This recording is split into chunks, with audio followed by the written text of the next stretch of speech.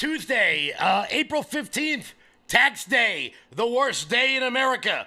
The day we all have to pay our taxes. Luckily, that tax money will not be going to Iraqi Sesame Street or other bits of nonsense anymore. Thank you, Doge. Guys, we are awaiting the White House press briefing with Carolyn Levitt in just a minute. Make sure you all keep it locked right in here. We're going to be bringing you guys that as it comes in. Obviously, Carolyn Levitt doing great work out there. We're going to bring you a press briefing in just a little bit. But before we get started, guys, make sure you're hitting that thumbs up button. Share the video out all over the place. We are rocking. We are rolling right now. Just on that last piece that Jeremy had. Just on that last piece. You know, you guys can ask Sean about this in the... Ed Sean about this tomorrow morning. We were able to put like 30,000 people in a parking lot, and we didn't pay anybody. We didn't pay anybody. So I don't really know what the hell is going on out there. But, you know, I kind of feel bad. These all came out and nobody got paid. I didn't know that was available. I didn't know that was something we could do.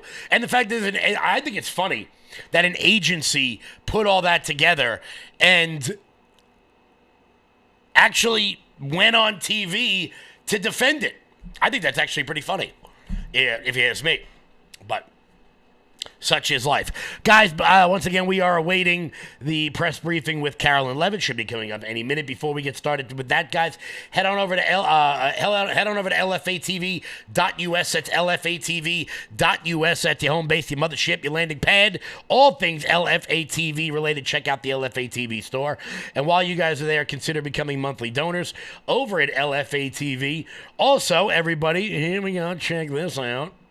Check this out, the brand new, I don't know if you guys are ready for this, the brand new Gulf of America t-shirt, which you can pick up over at loudmajorityusa.com. That's loudmajorityusa.com. Also, you can pick up the Gulf of America bucket hat if you are someone who wears bucket hats. I am not one of those people. Or you can get your Doge hat. Giddy up, let's go. All the good stuff happening right over here. Look at this. Look at the new, we can now cycle through all the good stuff. Ba-boom. Check out, oh, is that Miller High Life? Similar to the Miller High Life.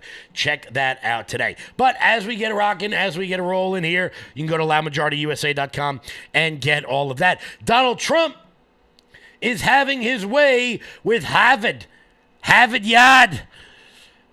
University as he freezes $2.2 billion in grants over Harvard's campus activism, is what the Associated Press says. Of course, that's not what it is. He's freezing it over their nonsense DEI programs and the fact that apparently it's okay to terrorize Jewish kids. Now, before the chat begins to freak out about nonsense, about, oh, Israel, no. I got news for you, okay? If you're a foreigner and you come to this country and stage a white supremacist rally, I want you thrown out of the country too, okay? So, let's be clear. It's got nothing to do with Israel. It's got to do with the fact that everyone should be able to go to school and not have crap thrown at them by foreigners. Something to think about. This from the Associated Press. The federal government says it's freezing more than $2.2 billion in grants and $60 million in contracts to Harvard University after the institute said it would defy Trump's order demanding it limit activism on campus. That is not what the order said, Associated Press. It's almost hard for me to believe. You got your hind parts. See, I'm doing better at not cursing. I'm doing better. Getting your hind parts thrown out of the press room and out of the Oval Office because you're liars. You're liars. It's over their nonsense DEI programs. But Kevin, education should be funded in this country. I could not agree more. I think we should help fund education in this country. However, as we will see, as we proceed to give you what you need, we're going to pull up the tax-free endowments from all of our major institutions. Pulled this one right off Wikipedia. Anybody can look it up. It turns out Harvard has a almost $52 billion tax-free endowment, which I want to be clear about something. I think we ought to be taxing colleges. That's just me. But if we're not going to tax them, then they probably also shouldn't get federal funding. Yale coming in a far second at $41 billion. Stanford at $37 billion. Princeton, $34 billion. MIT, do I think MIT does great work? Absolutely. They're figuring out the future of the world. University of Pennsylvania, love you, Penn. However, their $22 billion tax-free endowment should come with the notion of not allowing people like Leah Thomas to swim with women because he is a guy. Notre Dame, Columbia, Northwestern, all of our top universities, quote-unquote, top universities. People, I guess rich people are getting a little bit annoyed. They're not really donating to Dartmouth as much as they would, or Brown. I guess they're not really pumping out that kind of talent over there. Now, look, I have long said that we should be taxing some of these colleges. There is no way that colleges ought to be used as a tax shelter for the rich and powerful, which is exactly what it is. You don't want to pay taxes on your money. You dump it off into your alma mater in some kind of a donation to get your useless kid into the school that you got to go to. I don't think that's something we ought to be doing. I really, really don't. However, you can have one, but you can't have the other, if you ask me. You can have federal funding, or you can have tax-free endowments, but you can't have both. I mean, they're for-profit institutions. Maybe, if we taxed some of these colleges, they would get rid of some of their administrators. Because I know there's been this kind of idea, whether it's your public high school, your public school district, or whether it's Harvard or any of the other colleges. Well, Kev, we want there to be good funding going to education. Yeah, it's not going to more teachers. It's going to more administrators. It's going to more DEI counselors. It's going to more people whose job it is to find racism even where racism doesn't exist. It's going to these ridiculous Title IX courts that don't even allow due process on campus.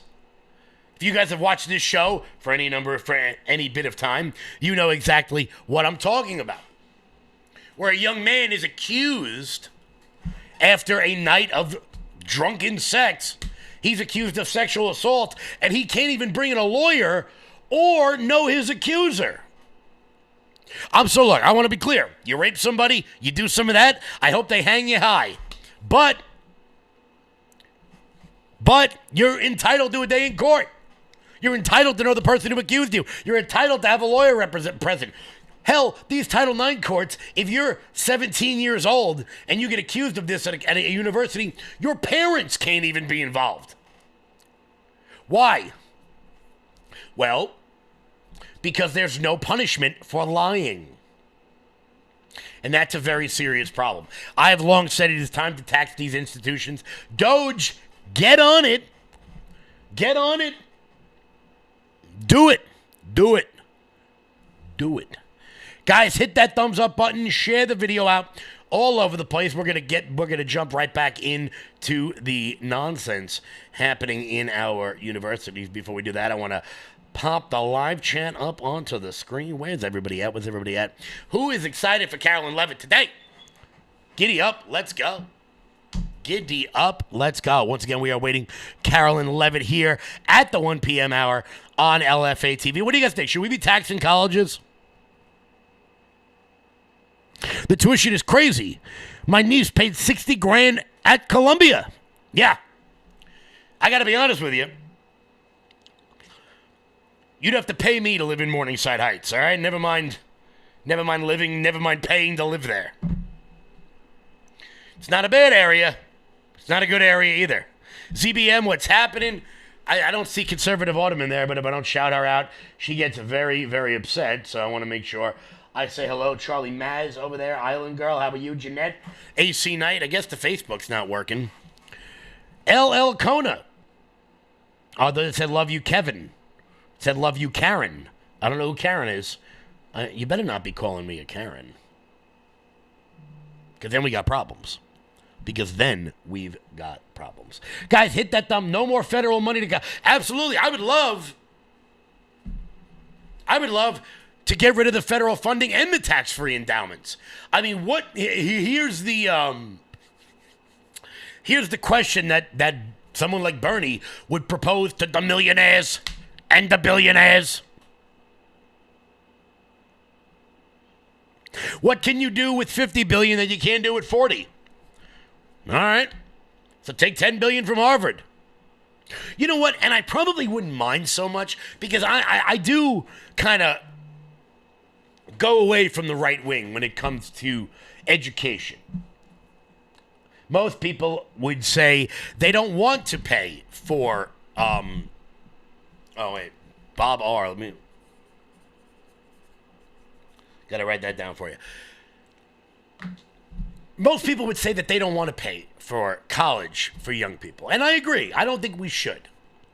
However, if you are smart and poor and come from a bad circumstance, I don't think many Americans would have an issue with sending you to school for something practical. You want to go to school for STEM, science, technology, is it math or medicine?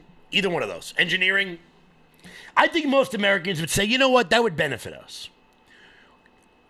A young girl, maybe, you come from a bad neighborhood, but you're really smart.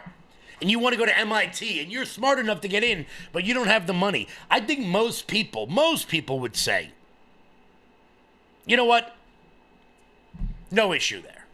However, you want to go to school for lesbian dance theory, you want to go to school for art history, you want to go to school for political science, which is the useless degree that I have, you pay for that yourself. You want to go to school for anthropology or sociology, yeah, you're paying for that yourself. Because believe me, we have way too many of those to begin with. But here's a story of a young man. You ready for this? Y'all ready for this? A young man was rejected from every single one of his colleges, including every one of the Ivy League schools, despite having a 4.0 GPA and launching an app that he sold at the age of 17 for $30 million. His name is Zachary Zedegari. He's 18 years old. He got a 34 on his ACT. He's got a 4.0 GPA. He was denied by Stanford, MIT, Harvard, Yale, University of Washington, Columbia, UPenn, Princeton, Duke, USC, Georgia Tech, University of Virginia, NYU, University of Texas. Georgia Tech he got into. University of Texas he got into. Denied by Vanderbilt, by Brown, by Cornell, and got into the University of Miami. First off, I want to be clear. You have to be like breathing to get into USC. You have to basically be breathing to get into USC. Now, what is this young man's big crime, you ask? Why was a young man who's obviously brilliant created an app as a teenager that he sold for $30 million? What is this young man's chief crime? Well, shocker, he's white. Shocker. He's white. A high school senior who was coding at the age of 7 and built an AI app generating $30 million a year has revealed he was rejected from 15 of the 18 colleges that he applied to, with many of the rejections coming from Ivy League schools. In the next post, Zach Yedegari wrote that he scored a 34 on his ACT, has a 4.0 GPA, and created an AI trap that tracks your calories by taking pictures of your food, an app that rakes in $30 million in revenue a year. In his post, I read you all the colleges that he was denied from. Along with this post, he shared a personal statement that was sent by various of the college applications. Oh, we got that there. Boom. All right. He wrote in his personal statement that he was initially hesitant to even go to college because of the success he was having, but ultimately saw it as a way he could make a better impact through his work. The X post has received almost 30 million views, and many of the users have posted in the replies in disbelief that he was not able to get into many of the top colleges in the nation, quote unquote. His major crime? He's white. He's white. Because that's what these people favor. They don't care if you're brilliant. They care what you look like.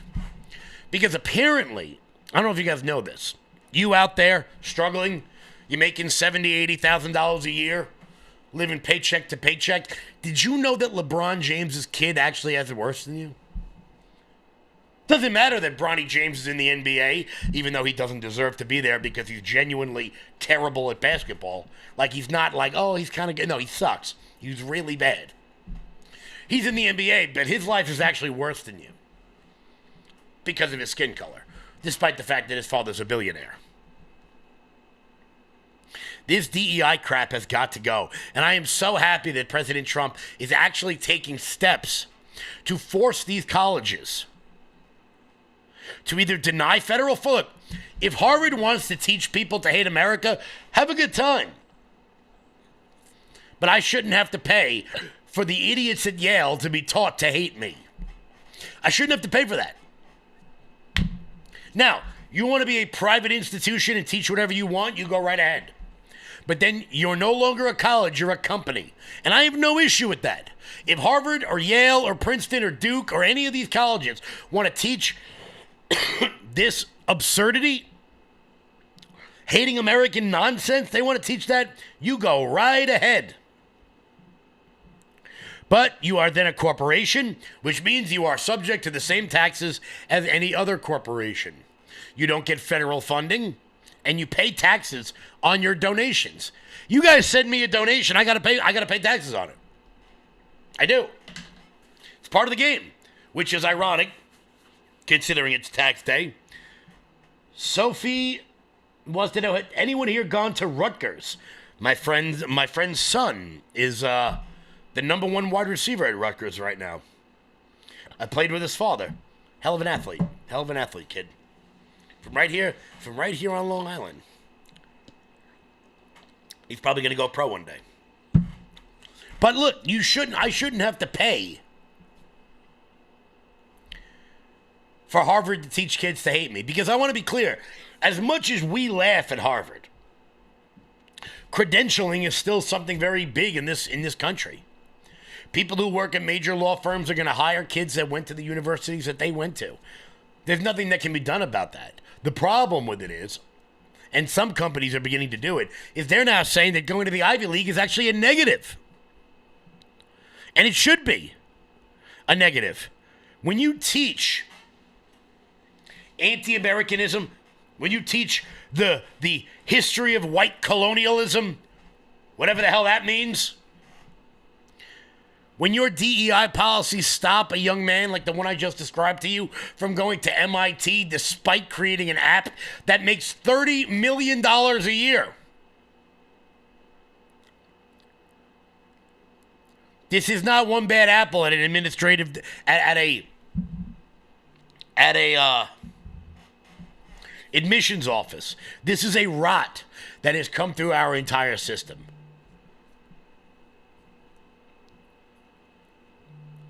And it starts from the top down. We're seeing the administration begin to pull many of the student visas from some of these radical Hamas supporters. And I want to be clear. You don't want to support Israel? Go ahead. Now my monkey, now my circus. You do whatever you want. You have to be anti-terrorist, though. That's a rule. Maybe it's not a rule. Maybe we should do a new rules thing like Bill Maher does. You have to be anti-terrorist. I don't think I'm really asking a lot. I don't think I'm asking a lot of you to not support 8th century goat herders that throw gay people off of roofs and make women dress up like beekeepers. I don't think I'm asking a lot. And if that's too much for you, well, as we would say here in New York, arrivederci. You Bye-bye. Bye-bye. Guys, we'll be back in 1 second. Before we throw it to the White House press briefing, here is Old Glory Bank.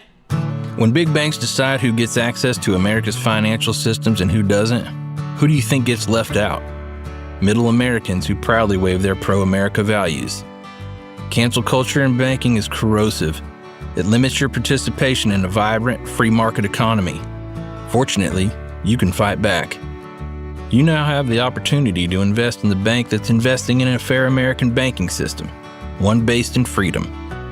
Ownership in Old Glory Bank, the pro-America online bank, is here.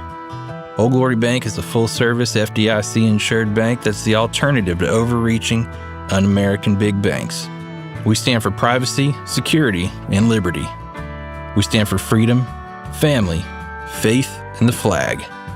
We stand for all the values you stand for, and for the values big banks can't stand. So help keep banking in the hands of Main Street, not Wall Street. To invest in Old Glory Bank, go to oldglorybank.com.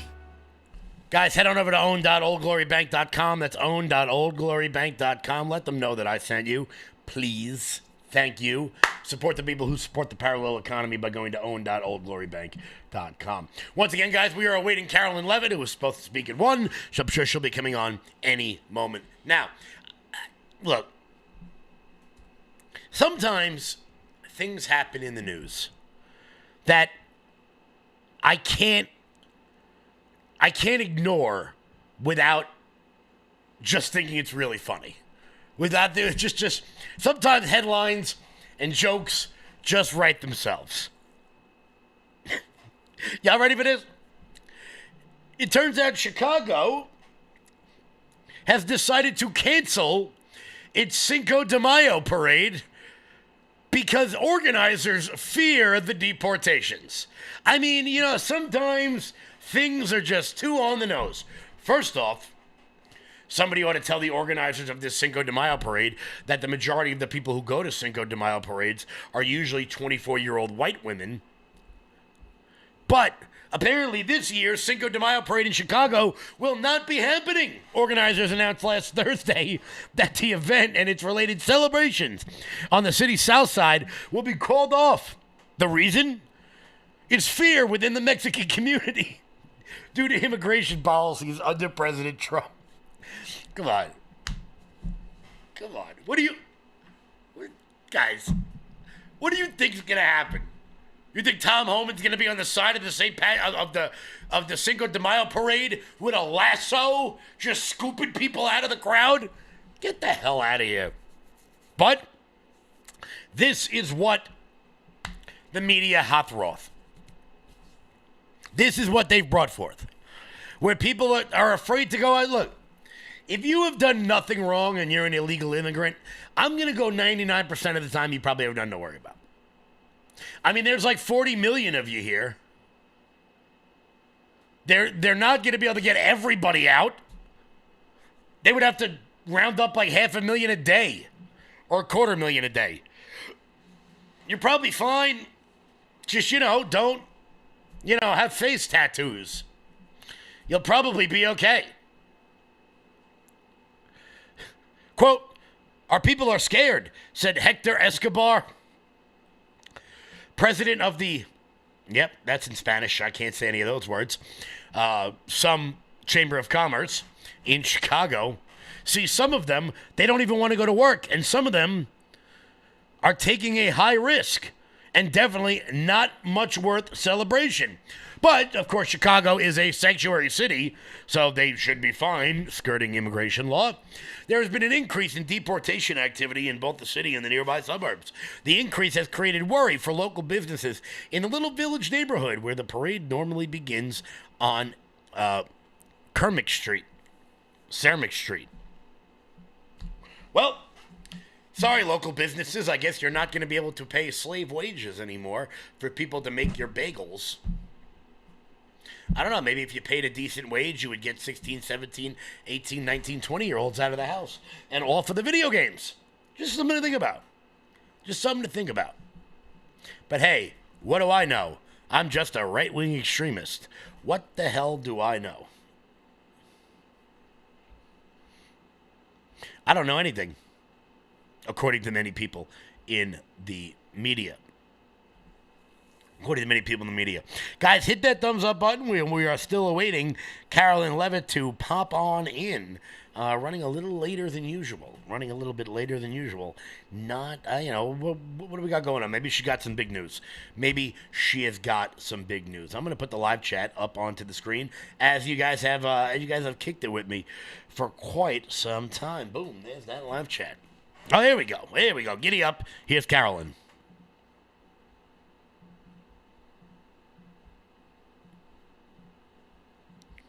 Value and appreciate. So let's get to it.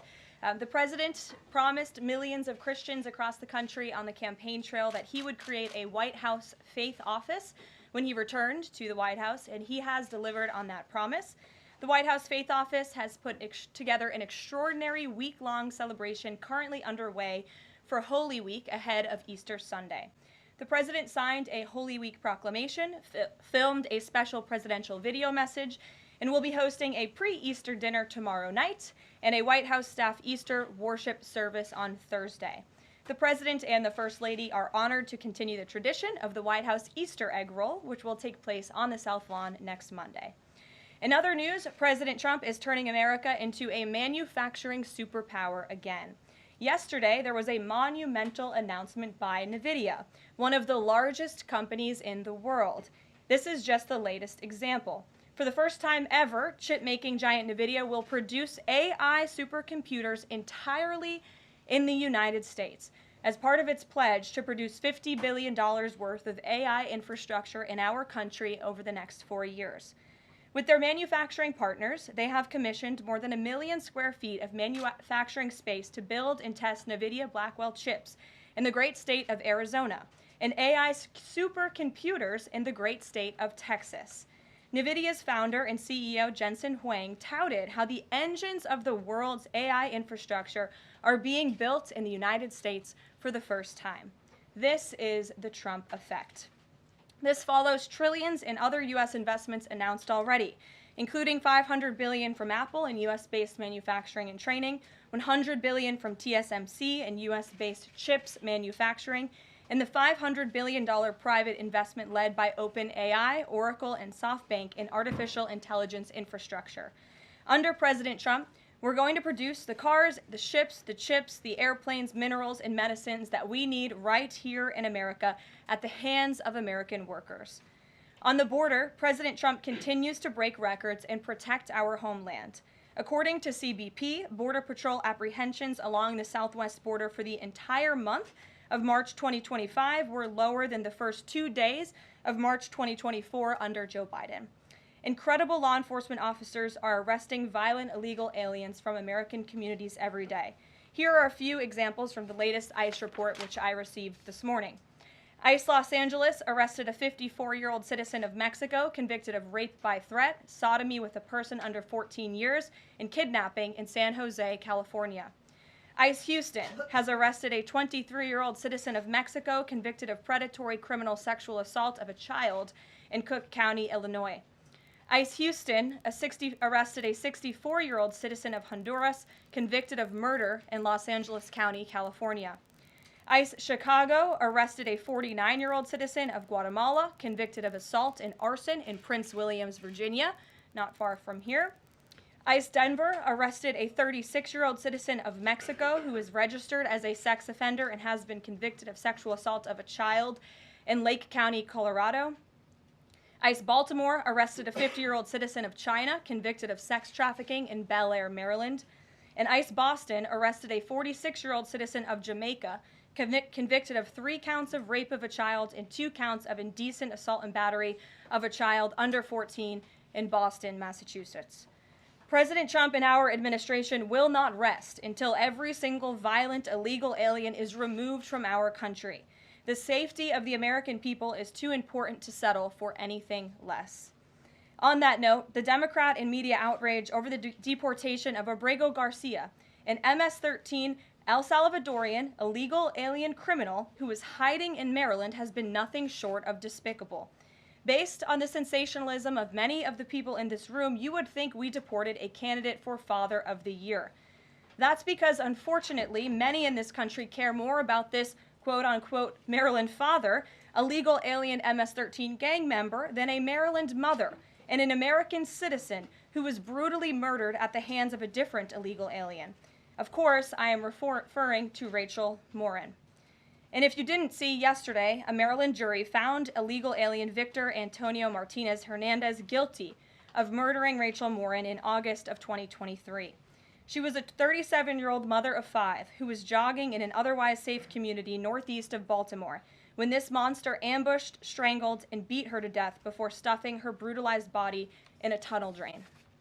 The Morin family finally got justice yesterday, but they will never get Rachel back. Our hearts go out to Rachel's family, her 5 children, and her mother, Patty, who has suffered the unimaginable loss of her daughter. In case you missed it last week, President Trump signed a national security presidential memorandum directing federal agencies administering federal land on the border to make land available to the Defense Department in a new national defense area. This followed the president's Day 1 executive order committing his administration to marshal all available resources and authorities to stop the unprecedented flood of illegal aliens into our country and to obtain complete operational control of the borders of the United States of America. Once again, the president is fulfilling another key promise. This new national defense area spans more than 170 miles across our border in New Mexico. But in the coming weeks, this administration will add more than 90 miles in the state of Texas. This national defense area will enhance our ability to detect, interdict, and prosecute the illegal aliens, criminal gangs, and terrorists who were able to invade our country without consequence for the past 4 years under the Biden administration. It will also bolster our defenses against fentanyl and other dangerous narcotics that have been poisoning our communities. With all of this work being done to make America great again, we continue to see a positive response from the American public. A brand new poll published from the Daily Mail and JL Partners this morning found that President Trump's approval rating is at an all-time high. That's because the president is working tirelessly to keep his promises to the American people, as I just saw him doing today in the Oval Office. We have a reporter in our new media seat today, Matthew Foldy. I like your boots, Matt, who is the editor-in-chief of the Washington Reporter. Washington Reporter is a new, fast-growing outlet that breaks stories about legislation and interviews leaders in Congress and across the administration. The publication's readership includes the highest levels of business and government. And with that, please kick us off, Matt. And we've interviewed you as well. So Caroline, thanks so much for having me here on behalf of our readership and the millions of Americans who I think appreciate what you're doing with the new media seat here and making this a more accessible briefing room. I'm curious with Harvard, we saw the Trump administration today announced it's cutting around $2 billion, or freezing $2 billion in funds to Harvard because the campus has serious problems with violence and with anti-Semitism.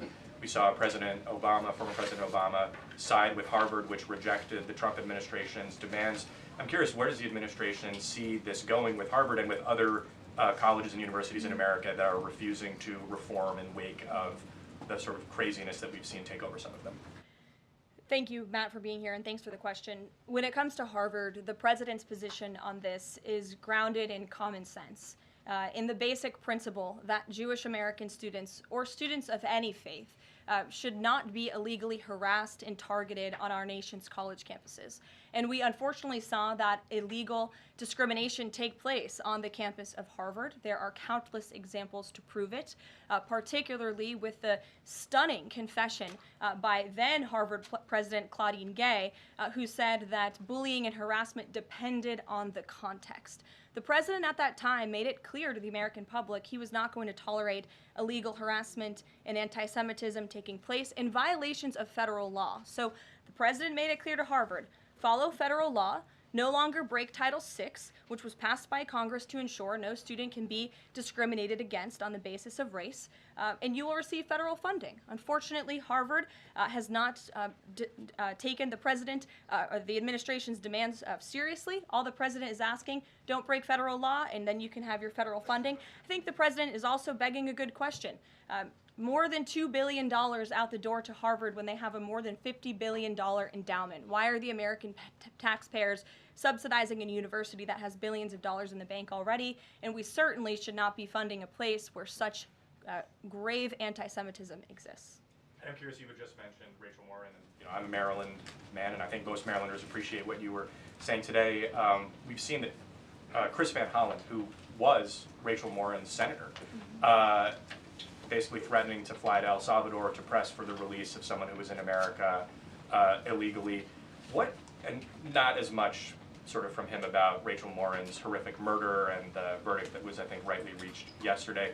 What does the administration think about the priorities we're seeing from Senate Democrats in terms of illegal immigrants instead of the work that agencies like ICE and DHS are doing with the Trump administration? It's mind-boggling, the priorities of the modern-day Democrat Party. I think it's atrocious that you have Democrats in Congress on Capitol Hill who swear an oath to protect their constituents and to serve them in Washington, D.C., spending more time defending illegal immigrant gang members than their own constituents and law-abiding American citizens like Rachel Morin. And I saw the president personally on the campaign trail, and I continue to see him in his role as president of the United States, put American families first, reach out to the victims, the families of victims at the hands of illegal immigrant crime, and frankly, the actions and the words of the Democrat Party prove they could not care less about the American public. And maybe if they did, they'd see a bit higher approval ratings right now. Thanks for being here with us today. Peter. Thank you, Caroline. To follow up on something that you just said, why do Ivy League schools get so much federal funding? It's a very good question, and it's a question the president has obviously raised in his discussions and negotiations with not just Harvard, but also Columbia and many other Ivy League institutions. We have the Anti-Semitism Task Force, which the president promised and delivered on. The Anti-Semitism Task Force is across the government, representatives from various federal agencies who meet on a weekly basis to discuss the question that you just raised. And I think a lot of Americans are wondering why their tax dollars are going to these universities when they are not only indoctrinating our nation's students, but also allowing such egregious illegal behavior to occur. To follow up on immigration, deporting American citizens to Central American prisons, is it legal, or do you need to change the law to do it? Well, it's another question that the president has raised. It's a legal question that the president is looking into. And he talked about this yesterday when with his meeting with President Bukele in the Oval Office.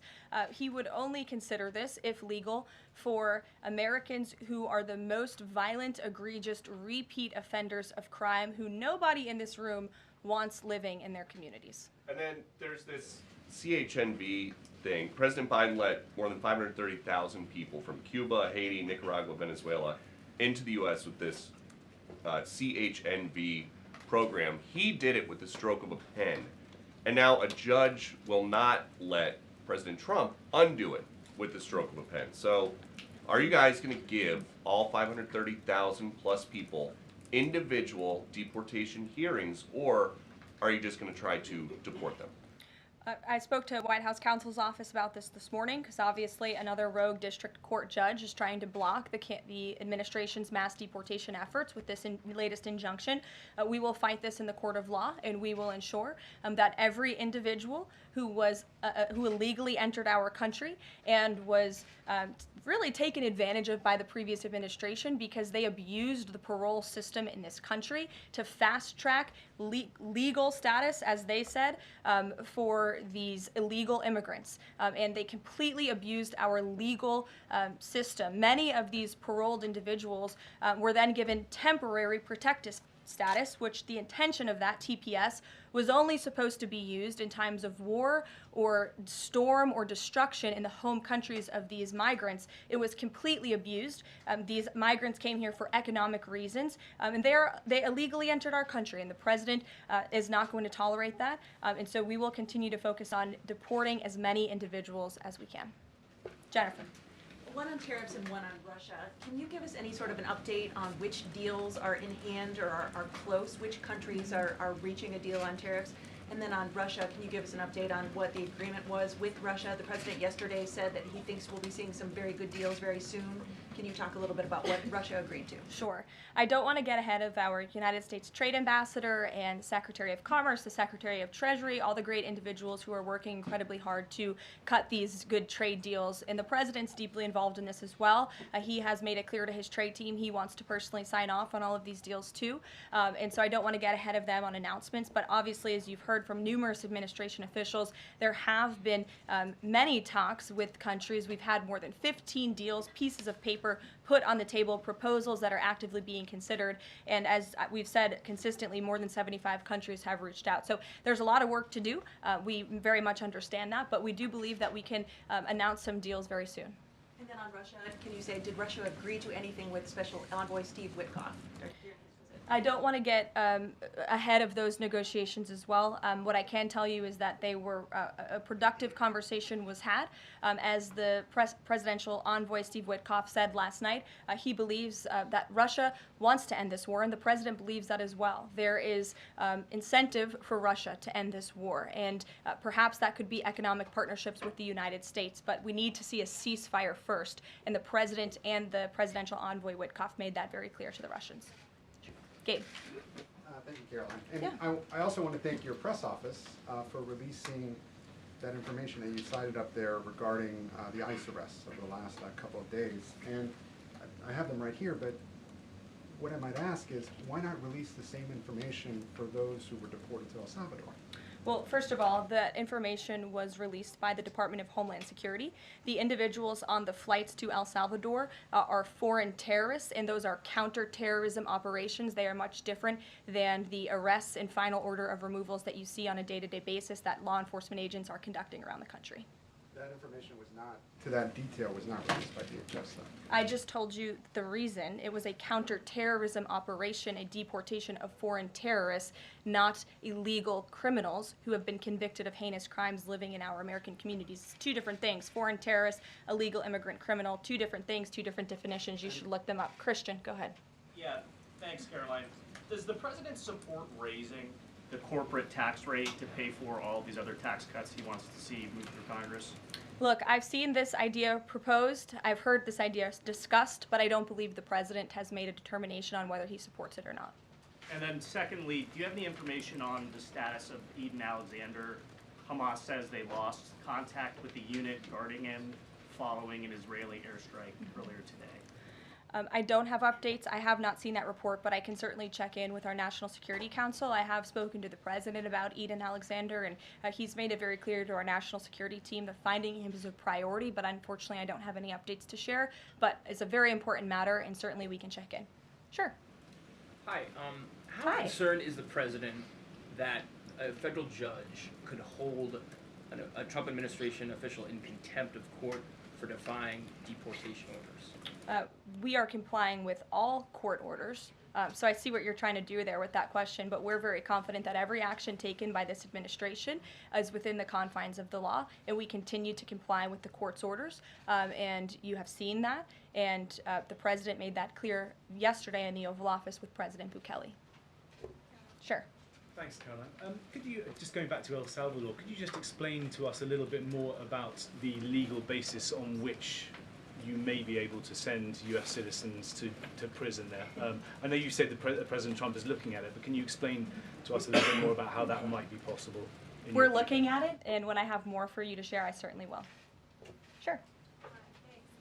Still going off the El Salvador questions, yesterday in the Oval Office, administration officials made it very clear that El Salvador is responsible for Mr. Abrego Garcia, yet El Salvador's president said we're not going to do anything with him. So my question is, who is responsible for this man and where he's going to end up? Well, no. First of all, President Bukele said that he is not going to smuggle a foreign terrorist back into the United States of America, as many in this room in the Democrat Party seemingly want him to do.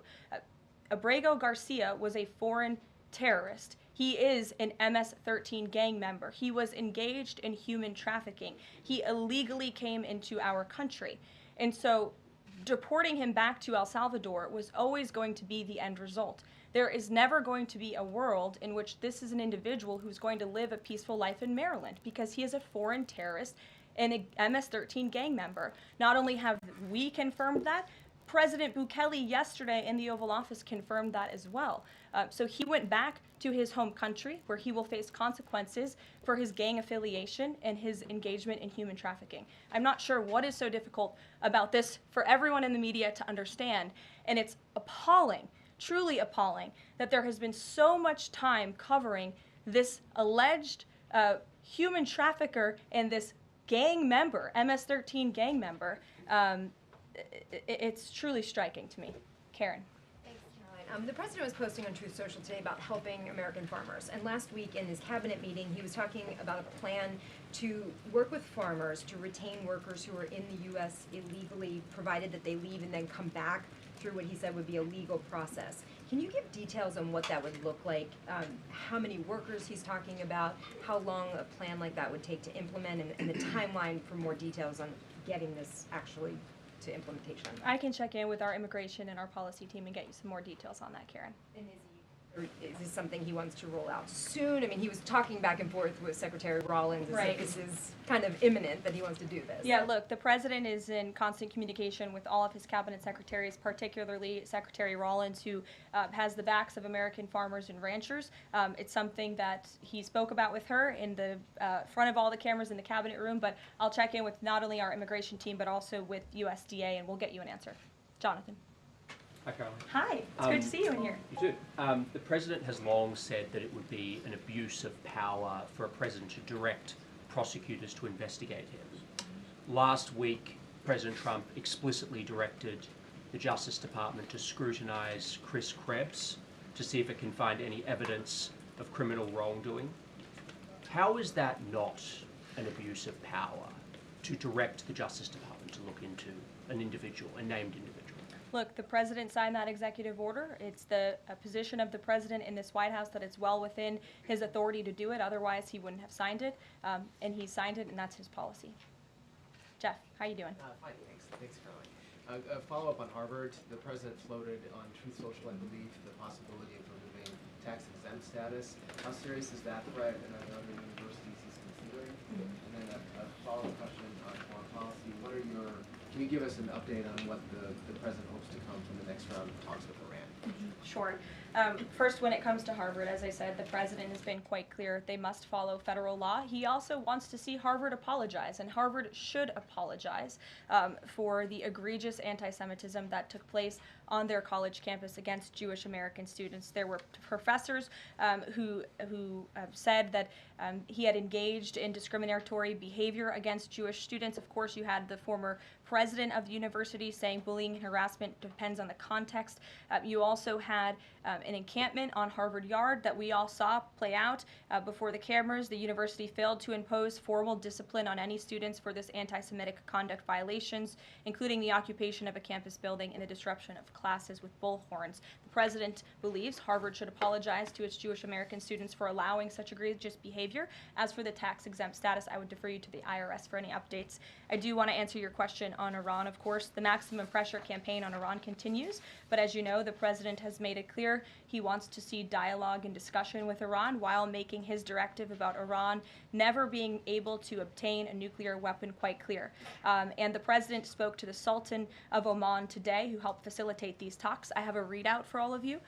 He held a call with the Sultan of Oman today, and he thanked him for hosting the first direct meeting between the United States and Iran and emphasized the need for Iran to end its nuclear program through negotiations. The two leaders also discussed the United States' ongoing operations against the Houthis and emphasized that the Houthis will pay a severe price until they end their attacks on maritime traffic in the Red Sea. As you know, an additional negotiation between Steve Witkoff and Iran's representative has been scheduled for Saturday. And since these are ongoing negotiations, I have nothing more to add on that. Can I follow Iran? Sure. Oh, thank you, Caroline. When you said that the president said that Iran will never have nuclear weapon, is the focus on dismantling the entire nuclear program, or it just restricting enriched uranium or the missile program? The president does not want to see Iran have a nuclear program. He does not want Iran to obtain a nuclear weapon. He's been very clear about this. Shelby. Shelby, you have a seat today. I know, stole it. Glad to see it. Two quick ones on TikTok. First, is the president expecting to extend the TikTok ban that's now June 19th if China doesn't come to the table in time? Well, June 19th is a long ways away, obviously. I think it's 2 months away. 2 months is a long time in the Trump administration, as you have all seen. We work at Trump speed around here. We get a lot done, so definitely don't want to get ahead. The vice president continues to lead these negotiations and talks. The president's involved, and they're ongoing. And then the president previously said he'd consider reducing tariffs on China in order to get a TikTok deal done. Is that option still on the table? Look, the president has made his position on China quite clear, although I do have an additional statement that he just shared with me in the Oval Office. The ball is in China's court. China needs to make a deal with us. We don't have to make a deal with them.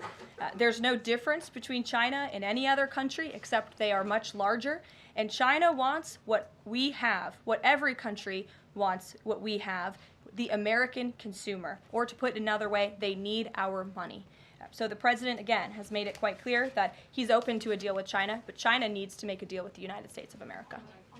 Sure. On tariffs, yesterday in the Oval Office. Which outlet are you with? The Canadian Public Broadcaster. Oh, nice to see you. Thank you. Yesterday in the Oval Office, President Trump suggested that there could be some help for automakers. I'm wondering what that looks like. Is it tariff relief on the 25% tariffs that are in place right now, or the new tariffs that are coming up in May on auto parts? And a second on Canada, if I may. President Trump's tone when it comes to Canada-U.S. relations, Canadians have noticed it's shifted a bit in the past few weeks. Ever since the election campaign started, he stopped talking about Canada becoming the 51st state, at least publicly. I'm wondering if that's on purpose and why. I would reject the president's position on Canada has shifted. Perhaps he just hasn't been asked about Canada by questions from this group in the Oval Office when they see him almost every day, but the president still maintains his position on Canada. The United States has been subsidizing Canada's national defense, and he believes that Canadians would benefit greatly from becoming the 51st state of the United States of America. As for autos and auto parts, I don't have anything to read out for you there, but I think the point the president was making is flexibility, and he has flexibility when it comes to negotiations and talks, but ultimately his goal in his fair trade deals that he is pursuing with many countries around the world is to put the American worker first. And we had automakers and auto workers here at the White House on Liberation Day who believe in this president and his negotiating ability to put them first and to bring those jobs back to the United States of America. And the president's been very clear about that in his conversations with the automakers as well. Deanna, go ahead. Thanks, Caroline. One on Ukraine and one on China. On Ukraine, this past weekend, Zelensky offered an invitation to President Trump, extending an offer for him to visit Ukraine. Just wondering if there's any update on that. Has Trump seen that offer and what he's thinking about? I don't know. Actually, I haven't talked to the president about that, or if he saw Zelensky's offer. I'm sure he did. I haven't spoken to him about it. I can ask him what he thinks. I certainly don't have any plans to share on a potential trip to Ukraine, though. And then on China, this last week, Chinese officials were posting videos on social media sites depicting a Trump, J.D. Vance, Elon Musk, in AI-generated videos working in factories, putting together Nike shoes and iPhones and products like that. Does the White House, have they seen these videos? Do you guys have a response to that? I have seen the videos. I'm not sure who made the videos or if we can verify the authenticity, but whoever made it clearly does not see the potential of the American worker, the American workforce. The president believes in the American people, and he knows that we have the best not only consumer base in the world, but also the best workforce in the world, and that's why he's so focused on bringing investments home and shoring up our critical supply chains and bolstering our manufacturing here as well. Brett. Thanks, Caroline. Would the president support a ban on members of Congress trading stocks? I'm certain that's something the president would be interested in looking at, and I can ask him if he would support such a bill. Sure. Yes. I have a question about the president's post from this morning on farmers. He asked farmers to be patient and just hold on. But a lot of farmers that I've talked to in the last week or so have said, they're in the middle of spring planting season, and that a trade war makes everything sort of up in the air. What would his message to them be? And also, is there anything specifically planned to provide relief like in President Trump's last term? Yes, well, relief is being considered. The Secretary of Agriculture, I know, has spoken to the president about that, and again, it's being considered. And as for the president's message to the farmers, he put it out himself. He could speak for himself much better than I can speak for him, and so I would just direct you to the statement he had telling the farmers again and reiterating his support for them and that he has their backs, which he certainly does. Kelly, in the back. Thanks, Caroline. Two questions. The first one, a Georgia man was just arrested over alleged threats to kill Director of National Intelligence Tulsi Gabbard. Reportedly, there is now increased security around the FBI Deputy Director. Can you talk about the level of threats against various administration officials, and then a second one on Biden?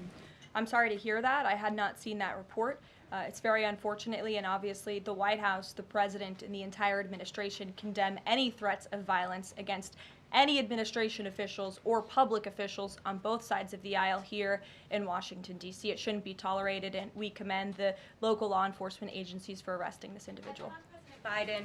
Former President Biden, he's set to deliver his first major speech since leaving office tonight.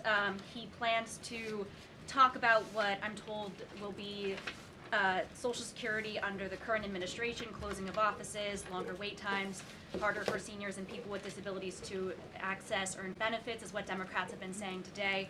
I wanted to get the president's response, or if he plans to respond to this, and comments on what Democrats are calling cuts to Social Security. My first reaction when seeing former President Biden was speaking tonight was, I'm shocked that he is speaking at nighttime. I thought his bedtime was much earlier than his speech tonight. I understand the topic of his speech will be Social Security. Let me make it very clear ahead of former President Biden's remarks. President Trump, is absolutely certain about protecting Social Security benefits for law-abiding, tax-paying American citizens and seniors who have paid into this program. He will always protect that program. He campaigned on it, he protected it in his first term, and he's back again to continue protecting it. On the topic of Social Security, I have some news before I let you all go. Later this afternoon, the president will be signing a presidential memorandum aimed at stopping illegal aliens and other ineligible people from obtaining Social Security Act benefits. The memorandum will direct the administration to ensure ineligible aliens are not receiving funds from the Social Security Act programs. It will expand the Social Security Administration's fraud prosecutor program to at least 50 U.S. attorney offices and establishes a Medicare and Medicaid fraud prosecution program in 15 U.S. attorney offices. The memorandum will also require the Social Security Administration Inspector General to investigate earning reports for individuals aged 100 or older with mismatched Social Security records to combat identity theft. And the memorandum will direct the Social Security Administration to consider whether to reinstate the use of civil monetary penalties against individuals who engage in Social Security fraud, an effort that has been paused for several years. These taxpayer-funded benefits should be only for eligible taxpayers. And President Biden should think about what he did in his last term, which is allow tens of millions of illegal people into our country, many of whom were fraudulently receiving these benefits. So you'll hear from the president on that later, and we will see you later in the East Room. Bye, guys. Thanks, Caroline. Alrighty, guys, that was Carolyn Levitt. As we get to the 2 p.m. hour here on LFA TV, Will Johnson will be coming up next. We're waiting for Will to pop on the screen any minute now. Guys, do me a favor. Head on over to loudmajorityusa.com. That's loudmajorityusa.com. Sign up for the newsletter. Check out our shop. There's Will Johnson. There's his timer. Guys, look, it's tax day. It sucks. What are we going to do? Guys, I'll catch you back live tomorrow. Until then, everybody, stay loud.